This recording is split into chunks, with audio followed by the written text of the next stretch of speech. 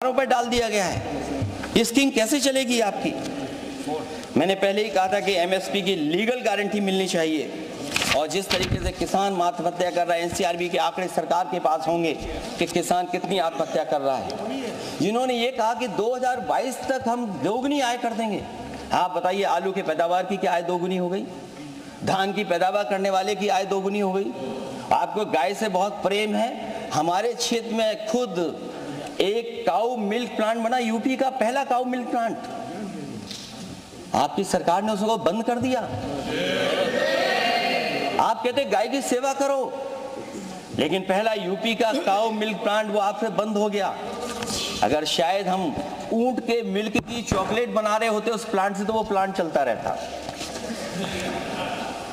आय दोगुनी कितनी हुई है बताएं सरकार? मत्स्य पालन और पशुधन विकास की तरफ सरकार का कोई ध्यान नहीं है। सरकार का कहना है कि वित्त अच्छी हुई है, लेकिन क्या कारण है कि एफडीआई में लगातार कमी आ रही है? विदेशी इन्वेस्टर्स क्यों बाहर ले जा रहे हैं? भारत में इन्वेस्ट करने के लिए क्यों नहीं इच्छुक हैं? और शेयर मार्केट क्यों इतनी जल्दी गिर जाता है? रुपए के मूल्य में डॉलर के विरुद्ध निरंतर गिरावट आ रही है, और इसके बाद सभापति महोदय, इस डील और ढील के बाद हमारा रुपया कहां होगा, ये सरकार जरूर बताए हमें। मैन्युफैक्चरिंग में कोई सुधार नहीं हो रहा है। अभी भी हम जीडीपी के 15% पर मैन्युफैक्चरिंग पर निर्भर हैं, जबकि मैन्युफैक्चरिंग के शेयर मेक इंडिया के अनुसार अभी तक 25% होना चाहिए था। इससे स्पष्ट लगता है कि मेक इन इंडिया, आत्मनिर्भर भारत और पीएलआई योजना सफल नहीं हो पाई हैं, और उसी का परिणाम है कि आज हमारे नौजवानों को रोजगार और नौकरी नहीं मिल पा रही है। सरकार उद्योगपतियों के साथ खड़ी है। सरकार द्वारा लेबर कोड्स लाए गए हैं, जिन लेबर रिफॉर्म्स के रूप में दर्शाया जा रहा है वो लेबर कोड एम्प्लॉयर के हित में है, लेबर के पक्ष में नहीं है और मजदूरों के नहीं है। अब अधिकांश उद्योगों द्वारा लेबर को कोई भी नौकरी से निकाला जा सकता है। इतना तानाशाही होगी कि जब चाहेंगे तब निकाल देंगे। उनके 8 घंटे से अधिक काम कराया जा सकता है। परमानेंट एम्प्लॉयमेंट की बजाय कॉन्ट्रैक्चुअल एम्प्लॉयमेंट की व्यवस्था की है सरकार ने। सोचिए, यही सरकार है कि सबका साथ सबका विकास।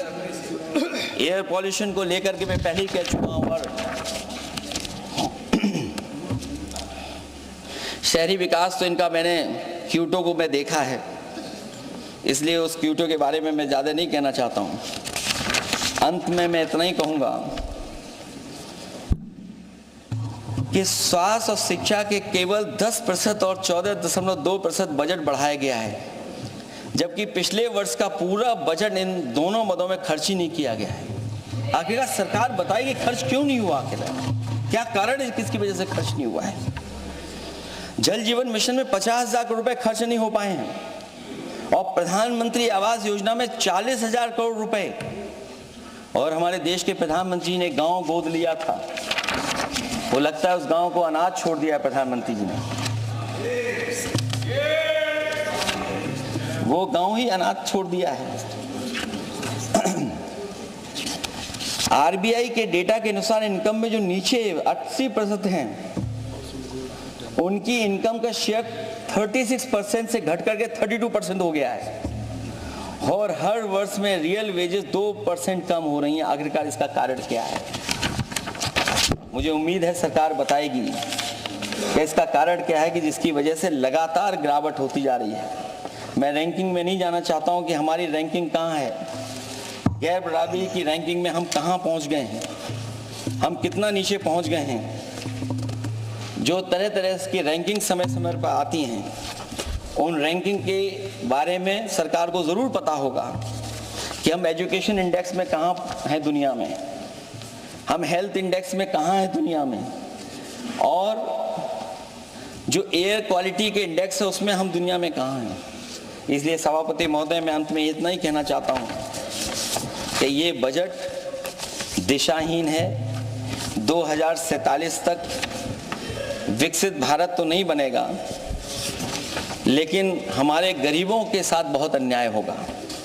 जिस तरह एआई पे बात की गई है, एआई अगर अच्छाई और भलाई के लिए हो तो अच्छी बात है, लेकिन पता नहीं भारतीय जनता पार्टी पे कितना रिसोर्सेज हैं कि एआई और जितना भी हमारा वो है जो बजट है वो सबसे ज़्यादा खर्च वो करते हैं दूसरों को बदनाम करने के लिए। इसलिए इन्हीं शब्दों के साथ मैं सभापति महोदय का धन्यवाद देता हूं। मैं उम्मीद करता हूं कि सरकार इस बजट को गरीबों की तरफ मोड़ेगी, पीडीए के लोगों की तरफ मोड़ेगी, जिससे वो भी मुख्य धारा में खड़े हो सकें। बहुत बहुत धन्यवाद।